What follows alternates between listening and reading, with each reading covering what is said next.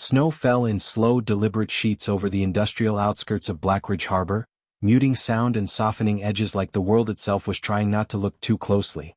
From the high ground beyond the rusted freight yards, Luke Mercer watched without moving. He had learned long ago that stillness was protection. At 36, the former Navy SEAL lived by margins and silence, choosing forgotten places where nothing asked questions. His shelter was an abandoned watchtower overlooking the docks, a relic from another era, cold but defensible. Beside him lay Rex, a retired military Belgian Malinois, 10 years old, scarred, disciplined, and awake even in rest. Luke hadn't planned to be here that night. He was tracking fuel thefts for a private contractor, nothing heroic, just work that paid and stayed quiet. But Rex had frozen halfway through their perimeter sweep. Not barking. Not growling. Just rigid, eyes locked on the shadowed warehouse below. Luke followed the dog's gaze and felt his stomach tighten. A low mechanical creak cut through the wind, rhythmic and wrong. They moved closer, boots and paws silent on ice-dusted concrete. The warehouse doors stood ajar, light spilling out in pale bands. Inside, suspended from an overhead beam, hung a woman in a torn police jacket, wrists bound behind her, boots barely brushing the floor. Her face was bruised, lips split, but her eyes were open and alert. Beside her, hanging in a tactical harness from a second line, was a German Shepherd K9. The dog was alive. Luke could see the tension in his legs, the control in his breathing. He was trained. He was enduring. Voices echoed from deeper inside. Men laughing. Relaxed. Confident. This wasn't chaos. It was ceremony. Luke retreated into shadow, pulse steady. Mafia tactics. Public humiliation. Send a message that traveled faster than bullets. He counted 3 men at least, maybe more outside. Rex pressed against his leg, a quiet confirmation. Luke felt the old calculations return, unwelcome but precise. Distance. Angles. Exits. The woman lifted her chin slightly when she saw movement near the door. No pleading. No panic. Just awareness. Luke recognized it immediately. She was holding on for timing, not mercy. One of the men stepped closer to her, adjusting the rope with casual cruelty. Should have dropped the case, he said mildly. Another chuckled. The dog shifted once, then stilled, conserving strength. Luke closed his eyes for half a second. He had walked away before. He knew what that cost sounded like years later in the quiet. He opened them again, decision made. He signaled Rex with a single breath. The watching was over. Luke waited until the laughter thinned, until confidence dulled awareness the way it always did. Mafia men relied on fear doing the work for them. They rarely expected resistance and never precision. He moved when one stepped away to light a cigarette, flame briefly stealing his night vision. Luke crossed the distance in silence, every step placed where sound died. Rex followed without command, staying half a pace behind, guarding angles Luke couldn't see. The first man fell without drama. A redirected elbow, a sharp impact against steel shelving, breath gone before surprise arrived. Luke eased the body down, controlling weight, denying noise. The second turned too late. Rex surged forward just enough to block, teeth bared but never closing, presence alone forcing hesitation. Luke used that moment, wrenching the man's wrist, sending a knife skittering across concrete. Pain folded him. He dropped. The remaining men shouted, chaos replacing ceremony. Luke cut the rope holding the officer with a single upward slice.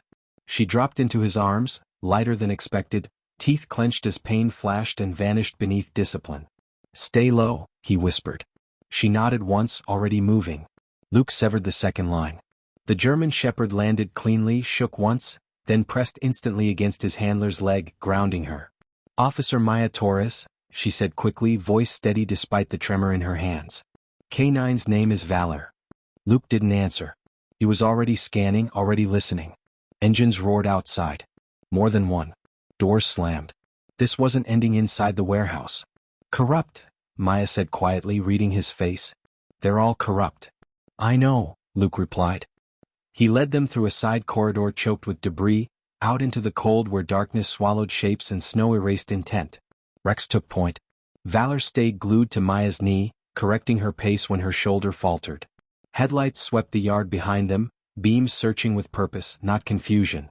They cut across frozen drainage channels and climbed into stacked shipping containers where sound fractured and lied. Luke changed direction twice, doubled back once, then broke pattern completely. Footsteps followed, then split. Radios crackled with clipped voices. sharp with authority that expected obedience. Maya whispered between breaths, "They hung us to send a warning." I was digging into port security contracts, shell companies, protection money. Luke nodded. Fit. Systems didn't rot loudly. They whispered. They reached higher ground overlooking the harbor, wind tearing tracks apart as fast as they formed.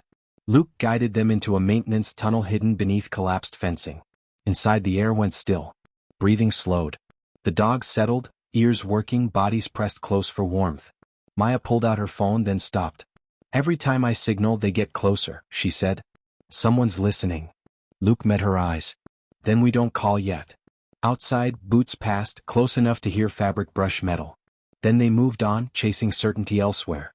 Luke leaned back against cold concrete, Rex at his side, Valor mirroring him across the narrow space. This wasn't over. It had only shifted. And Luke knew the third act always cost the most. Dawn crept in without color, pale light leaking across the harbor like truth that didn't ask permission. Luke moved first, easing out of the tunnel once the wind told him the night hunters were tired. He watched patterns, not faces. Patterns always failed eventually. Rex stretched stiffly beside him, age showing in the careful set of his legs, but his eyes were clear. Valor stood when Maya did, shoulder tight against her knee, ready. Luke didn't plan a battle. He planned exposure. He guided them to a narrow overlook where sound carried wrong and footing punished haste. There he placed a single trap, simple and patient. A discarded radio, powered on, broadcasting a fragment of Maya's earlier signal. Fear baited with hope. The response came fast. Too fast. 2 vehicles rolled in, unmarked but confident. Men fanned out, weapons low, voices calm. They thought the end was near. Luke waited until certainty settled, then moved. Rex stepped into view first, deliberate and slow. A shout followed. Boots rushed. One man slipped where ice hid beneath powder. Another stumbled into a line Luke had weakened hours earlier. Chaos bloomed loud and clumsy. Valor darted through it, barking once, sharp and precise, pulling eyes away from Luke's approach. Luke took them down without rage. Wrists locked. Knees folded. Bodies guided to ground. Not punishment. Control. Maya worked beside him, faster than pain allowed logic to question, snapping cuffs, collecting phones, recording every word that spilled once fear realized silence no longer worked. Names came out. Payments. Orders. One name surfaced again and again. Port Authority. Protected. Untouchable, they'd been told. By the time state units arrived, summoned from a channel Luke trusted and the Mafia didn't know existed, the truth was already breathing. Lights washed over the harbor, red and blue reflecting off water like judgment. Authority arrived that didn't ask permission. Maya stood straighter as statements were taken, bruises dark against her wrists but eyes steady. Valor sat at her heel, chest out, proud and calm. Rex stayed with Luke, leaning lightly into his leg, weight familiar and grounding. When it was done, the harbor returned to noise and work, pretending nothing had happened. Luke declined offers. Declined praise. He gave his name once and nothing else. He watched as Maya loaded Valor into a patrol vehicle restored to purpose. "Thank you," she said quietly. No ceremony. Just truth. Luke nodded. He didn't trust words to hold weight anymore. He returned to his watchtower as the sun climbed, Rex settling into the warmth like a veteran finally allowed rest. The world hadn't changed. Corruption never vanished completely. But a line had been broken. A message interrupted. Luke understood something then. Watching was a choice. So was stepping forward. That night he chose the latter.